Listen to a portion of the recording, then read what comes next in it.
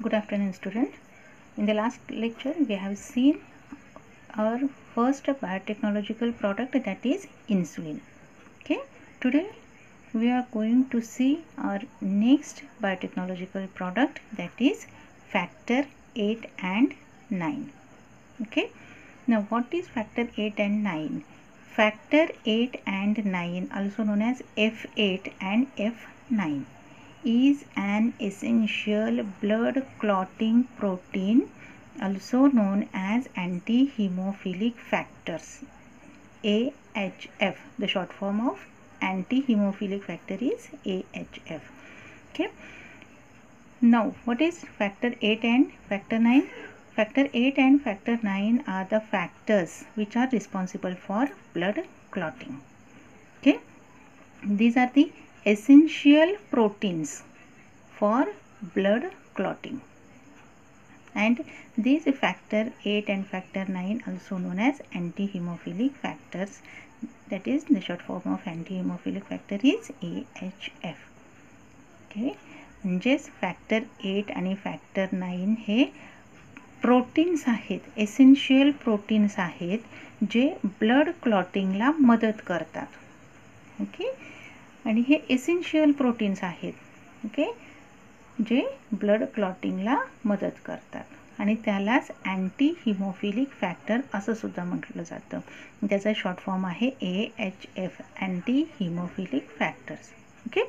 Now what is blood clotting?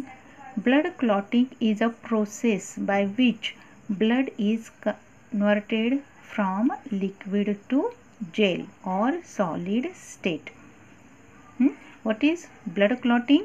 Blood clotting is a process by which the liquid form of blood is converted into gel state or solid state, which is also known as coagulation. Okay. म्हणजे काय, blood clotting हा असा process आहे की ज्याच्यात liquid फॉर्ममध्ये असलेला blood हा जेल किंवा सॉलिड स्टेटमध्ये कन्वर्ट केला जातो. ओके. आणि हे कन्वर्शन कशामुळे होतात की ह्या एसेन्शियल प्रोटीन्स जे म्हणजे फॅक्टर 8 आणि फॅक्टर 9 जे आहेत त्याच्या मदतीने ब्लड क्लॉटिंग होत असतो. आलं लक्षात? ब्लड क्लॉटिंग म्हणजे काय की लिक्विड फॉर्ममध्ये असलेला ब्लड हा जेलमध्ये किंवा सॉलिड स्टेटमध्ये कन्वर्शन करणे, त्याला ब्लड क्लॉटिंग असं म्हणतात. आणि ह्या ब्लड क्लॉटिंगसाठी फॅक्टर 8 आणि फॅक्टर 9 हे मदत करतात आणि हे एसेन्शियल प्रोटीन्स आहेत. ओके. त्यालाच आपण अँटी हिमोफिलिक फॅक्टर असं सुद्धा म्हणतो. ओके. तर ह्याच ब्लड क्लॉटिंगला कोॲग्युलेशन असंही म्हटलं जातं. Okay. Now what is coagulation? Coagulation is a property of plasma. आता सगळ्यांना माहिती आहे की ब्लडमध्ये प्लाझ्मा प्रेझेंट आहे. ओके. मग ह्या प्लाझ्मा काय आहे की coagulation is a property of plasma. प्लाझ्माचा प्रॉपर्टी आहे काय? Coagulation. Okay. Through which soluble fibrinogen is converted into insoluble fibrin. Okay. ह्या प्लाझ्मामुळे काय होते की सोल्युबल फायब्रिनोजन, हा फायब्रिनोजन एक प्रोटीन आहे ब्लडमध्ये. ओके. तो कसा आहे? सोल्युबल फॉर्ममध्ये आहे. ओके. आणि त्याचा कन्वर्शन हे इनसोल्युबल फायब्रिनमध्ये करतो. कोण? ब्लडमध्ये प्लाझ्मा. आणि ह्या प्लाझ्मामध्ये हे जे एसेन्शियल प्रोटीन्स आहेत म्हणजे फॅक्टर 8 आणि 9 हे जे एसेन्शियल प्रोटीन्स आहेत ते काय करतात? कोॲग्युलेशनला मदत करतात. म्हणजे कोॲग्युलेशनच काय आहे की सोल्युबल फायब्रिनोजन. फायब्रिनोजन हा प्रोटीन आहे, तो कसा आहे? सोल्युबल फॉर्ममध्ये आहे. ओके. विरघळणारा आहे. मग त्याचा कन्वर्शन हे काय करतात? इनसोल्युबल फायब्रिनमध्ये. इनसोल्युबल म्हणजे कसं होणार आहे? तो थिक होणार आहे, जेल सारखा होणार आहे किंवा सॉलिड होणार आहे. ओके. इनसोल्युबल फायब्रिनमध्ये फायब्रिनोजनचा कन्वर्शन हे फायब्रिनमध्ये केलं जातं. ओके. आता हे फक्त फॅक्टर्स 8 आणि फॅक्टर 9 हे दोनच फॅक्टर्स आहेत का ब्लडमध्ये? नाही. Okay, there are total 13 factors present in our blood. Okay, in human beings there are total 13 factors are present. Out of these 13, one is removed or one is cancelled. Therefore, now 12 factors are present. Okay, and these are denoted in Roman letters. F indicates factor. Okay, F indicates factor. Factor 1, factor 2, factor 3, factor 4, 5, 6, 7, 8, 9, 10, 11, 12, 13. Okay, now these are the 13 factors which are present in human blood. Okay, out of these 13, one factor, the factor number 6, is cancelled or removed. Therefore now total there are 12 factors are present. मग हा 6 नंबरचा factor जो आहे तो cancel केल्यानंतर हा 7व्या नंबरचा 6व्या नंबरला शिफ्ट होणार का? नाही, तसा होत नाही. ओके, हा टोटली इनॲक्टिव्ह आहे म्हणून त्याला कॅन्सल म्हटलेला आहे, रिमूव्ह म्हटलेला आहे. पण हा शिफ्ट 7व्या नंबरचा फॅक्टर हा 6 नंबरला कन्वर्ट होत नाही. हे जे आहे त्याच प्लेसला राहतात. Okay, next, haemophilia is usually an inherited bleeding disorder in which the blood does not clot properly. Okay, haemophilia म्हणजे काय की हेमोफिलिया हे एक ब्लीडिंग डिसऑर्डर आहे. ब्लीडिंग म्हणजे रक्त वाहणे. ओके, मराठीत आपण रक्त कंटिन्युअस वाहत राहतो म्हणतो की नाही, रक्त वाहणे त्याला आपण इंग्लिशमध्ये ब्लीडिंग म्हणतो. हा एक डिसऑर्डर आहे, हा एक डिसीज आहे, त्याला काय म्हटलेलं आहे, हिमोफिलिया.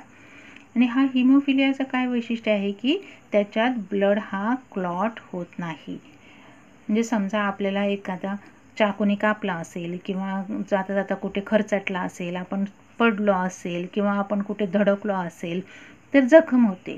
इवन छोटीतली छोटी जखम जरी असेल तरी ब्लड क्लॉट होतो. म्हणजे काय, बाहेर रक्त जेव्हा हवेच्या संपर्कात येतो तेव्हा तो घट्ट होतो, त्यालाच आपण क्लॉटिंग म्हणतो. बरोबर आहे. आणि हे नॉर्मली एक 5 मिनिटाच्या गॅपमध्ये नॉर्मल पर्सनमध्ये क्लॉट होत असतो.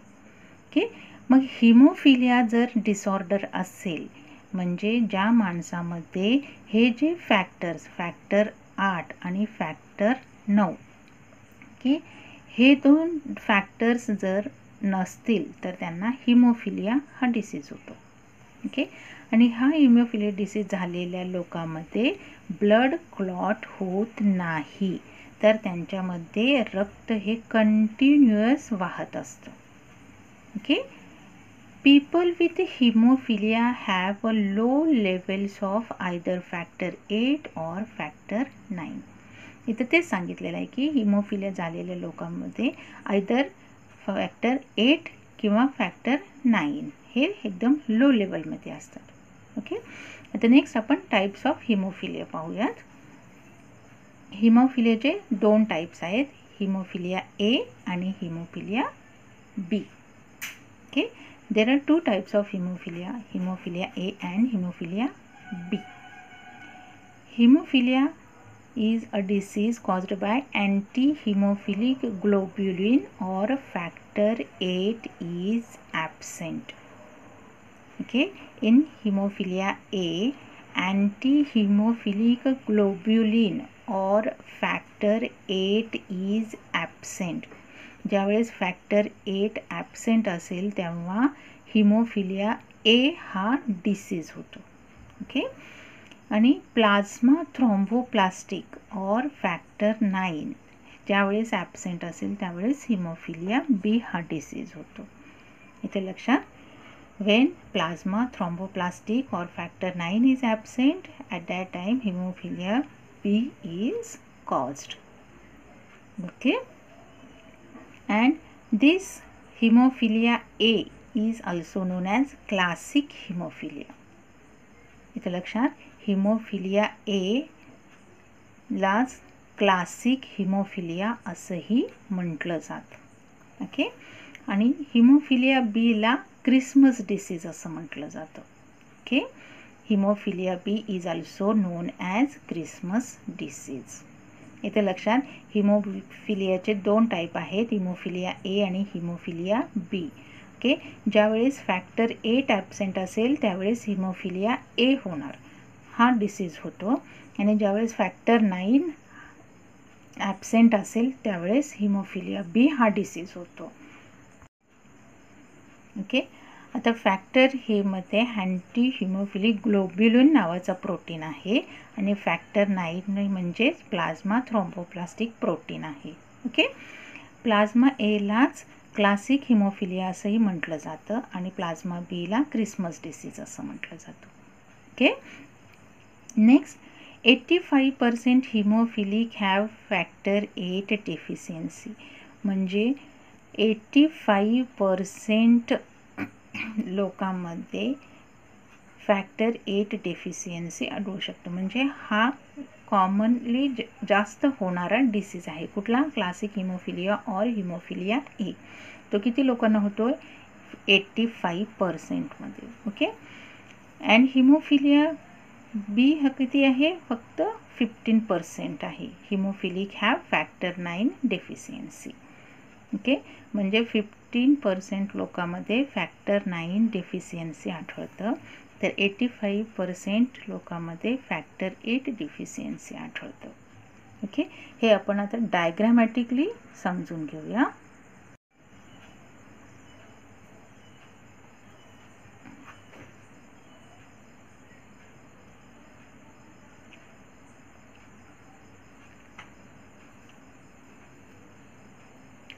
मी ते डायग्राम काढलेले आहेत.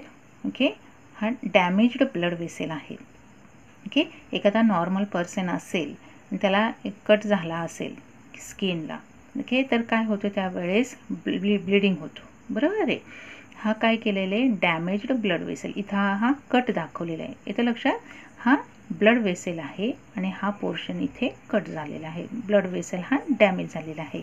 इन नॉर्मल पर्सनमध्ये काय होतोय की इथे ह्या ठिकाणी इथं जे आपण कट दाखवलेला आहे त्या ठिकाणी हे जाळीसारखं पूर्ण तयार होतो. ओके, त्यालाच ब्लड क्लॉटिंग प्रोटीन हे असल्यामुळे काय होते की इथं पूर्ण हा पोर्शन बंद झाल्यासारखं होतो. म्हणजेच काय? इथे ब्लड हा क्लॉट होतो. इथे लक्षात, ब्लड क्लॉट होतो. म्हणजे हेच काय आहे की हे वेब आहे, वेबसारखं तयार होतं. वेब म्हणजे काय? स्पायडरचं वेब म्हणतो की आपण, कोळी इन्सेक्ट तो जसं जाळी विणतो तशी ही पूर्ण जाळीसारखी विणली जाते. त्यालाच आपण ब्लड क्लॉट असं म्हणतो. ओके, हे नॉर्मल पर्सनमध्ये, म्हणजे ज्यामध्ये फॅक्टर 8 आणि फॅक्टर 9 प्रेझेंट आहेत. ओके, जो नॉर्मल पर्सन आहे त्यांच्यामध्ये हे नॉर्मली असं हे ब्लड क्लॉट होत असतो. म्हणजे की कट झाल्यानंतर विदिन 5 मिनिट्समध्ये हा पोर्शन म्हणजे ब्लड क्लॉट होऊन हा पोर्शन बंद होतो, ब्लिडिंग व्हायचं थांबतं, रक्त वाहत नाही पुढे कंटिन्यू. आणि ज्या वेळेस हिमोफिलिया असेल, मग ते हिमोफिलिया ए असेल किंवा हिमोफिलिया बी असेल, त्यावेळेस ही जाळी पूर्णपणे तयार होत नाही. इथं जशी पूर्ण पॅक झाल्यासारखे दिसते ना, पण इथं तसं नाही आहे. ओके, ह्यालाच काय म्हटलेलं आहे? Coagulation disorder. म्हणजेच काय आहे? In these persons either factor 8 deficiency is present or factor 9 deficiency is present, due to which there is coagulation disorder is seen. Okay, मग काय होतं की इथं हा प्रोटीन्स प्रेझेंट नसल्यामुळे, म्हणजेच काय? अँटी हिमोफिलिक ग्लोब्युलिन किंवा प्लाझ्मा थ्रोम्बोप्लास्टिक ॲब्सेंट असल्यामुळेच त्याला आपण फॅक्टर 8 आणि फॅक्टर 9 असं म्हटलेलं आहे. ते ॲब्सेंट असल्यामुळे ब्लड क्लॉट होत नाही, पण तर कंटिन्युअस ब्लिडिंग होत राहतो. इथे लक्षात. Okay, now next causes of haemophilia. मग हे कशामुळे होतो? ही डेफिशियन्सी कशामुळे होते? फॅक्टर 8 आणि फॅक्टर 9 डेफिशियन्सी कशामुळे होते?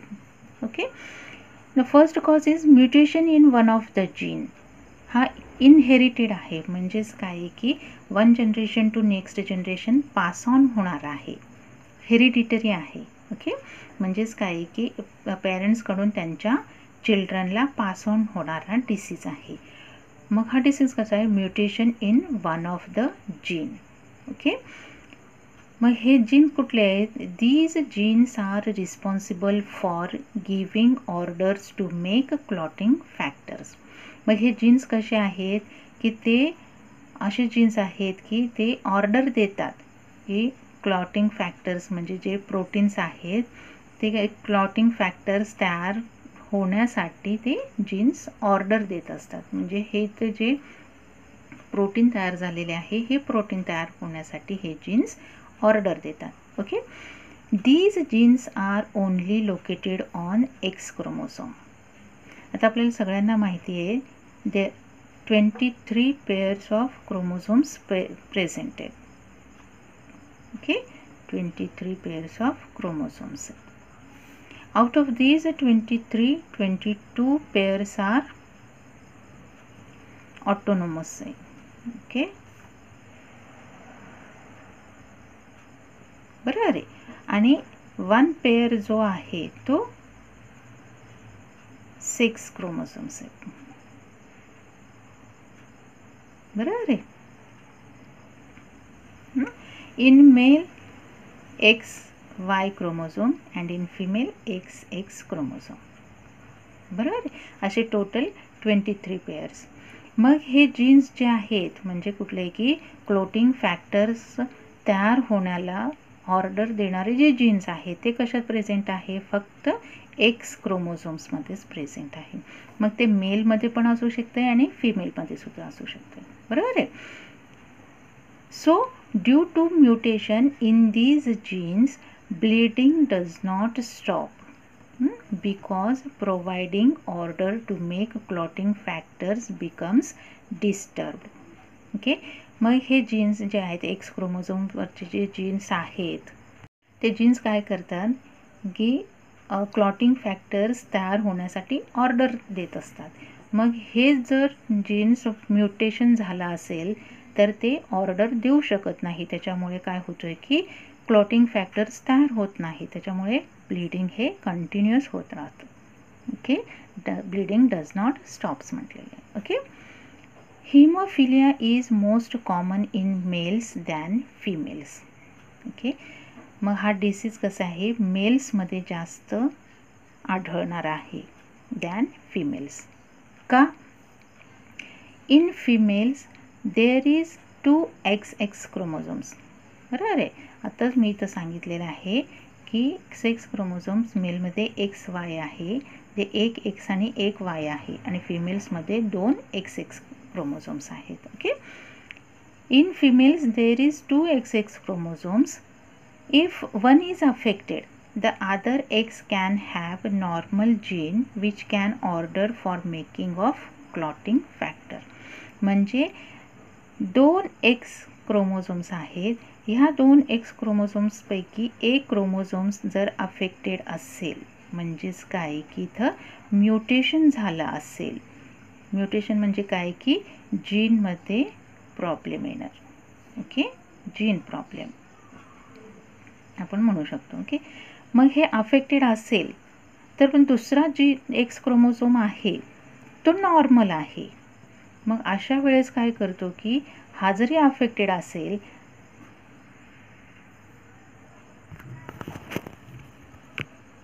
ओके, हा क्रोमोझोम जरी अफेक्टेड असला तरी दुसरा क्रोमोझोम कसा आहे तो नॉर्मल आहे. मग ह्या नॉर्मल क्रोमोझोम्सवरचे जे जीन्स आहेत ते ऑर्डर देऊ शकतात कुणाला की प्रोटीन्सला की ब्लड क्लॉटिंग फॅक्टर्स तयार करण्यासाठी. ओके, मग तिथं काय होतं की हा आपलं नॉर्मल ब्लड क्लॉट होतो. इथं लक्षात, 2 X क्रोमोझोम्स असल्यामुळे एक जरी म्युटेटेड असेल अफेक्टेड असेल हा जरी ऑर्डर नाही देऊ शकला तर दुसरा क्रोमोझोम हा नॉर्मल आहे. कारण काय आहे की ब्लड क्लॉटिंग फॅक्टर्सला ऑर्डर देणारे जीन्स हे फक्त आणि फक्त एक्स क्रोमोझोम्सवरच आहेत आणि फिमेलमध्ये 2 X क्रोमोझोम्स असल्यामुळे एका क्रोमोझोम जर अफेक्टेड असेल तर दुसरा क्रोमोझोम नॉर्मल असेल तर त्यांच्यात हिमोफिलिया हा डिसीज आढळून येत नाही. But these are carriers. आपण त्यांना कॅरियर म्हणू शकतो की नेक्स्ट जनरेशनमध्ये मे बी होऊ पण शकतं त्यांच्या चिल्ड्रनला. ओके, मग हे नॉर्मल एक्स क्रोमोझोम्स हे त्यावर जे प्रेझेंट असलेले जीन्स हे क्लॉटिंग फॅक्टर्सला ऑर्डर देऊ शकतात. ओके, मग in males there is only 1 X chromosome and 1 Y chromosome. बरोबर आहे. मग मेलमध्ये कसे आहेत एक X क्रोमोझोम आहे आणि एक Y क्रोमोझोम आहे. If only 1 X chromosome then after mutation there is no other X chromosome to order for making clotting factor. Okay, इथं जसं एक क्रोमोझोम जर म्युटेशन झालेला असेल तर दुसरा नॉर्मल आहे, पण इथं तसं नाही.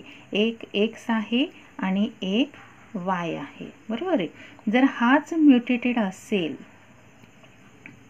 तर वाय क्रोमोझोम्सवर ते जीन्सच प्रेझेंट नाही आहेत, त्याच्यामुळे हा ऑर्डर देऊ शकत नाही.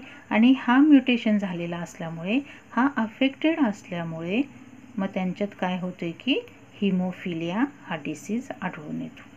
म्हणूनच म्हटलेले आहे की haemophilia is most common in males than in females.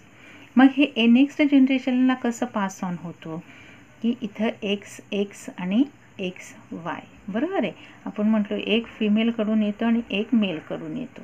तर सपोज इथून एक्स आला आणि इथून एक्स आला, ते female. Okay, and this one is affected chromosome. मग फिमेल काय होणार आहे, इथं कॅरियर होणार. का? कारण फिमेलमधला एक्स जो आहे तो नॉर्मल आलेला आहे आणि मेलमधला एक्स जो आलेला आहे तो अफेक्टेड आहे, त्याच्यामुळे इथे तरी कॅरियर म्हटलेलं आहे. ओके, लक्षात येते. आणि सपोज इफ एक्समधला एक एक्स हा अफेक्टेड असेल, ओके, आणि एक्स वायमध्ये हा पण अफेक्टेड असेल आणि दोन्हीचा कॉम्बिनेशन झालेला असेल तर मात्र फिमेलसुद्धा हिमोफिलिक होऊ शकते. येतं लक्षात? हा म्हणजे कसा हेरिडिटरी आहे की एका जनरेशनमधून नेक्स्ट जनरेशनमध्ये ह्या कसा पास ऑन होतो हे.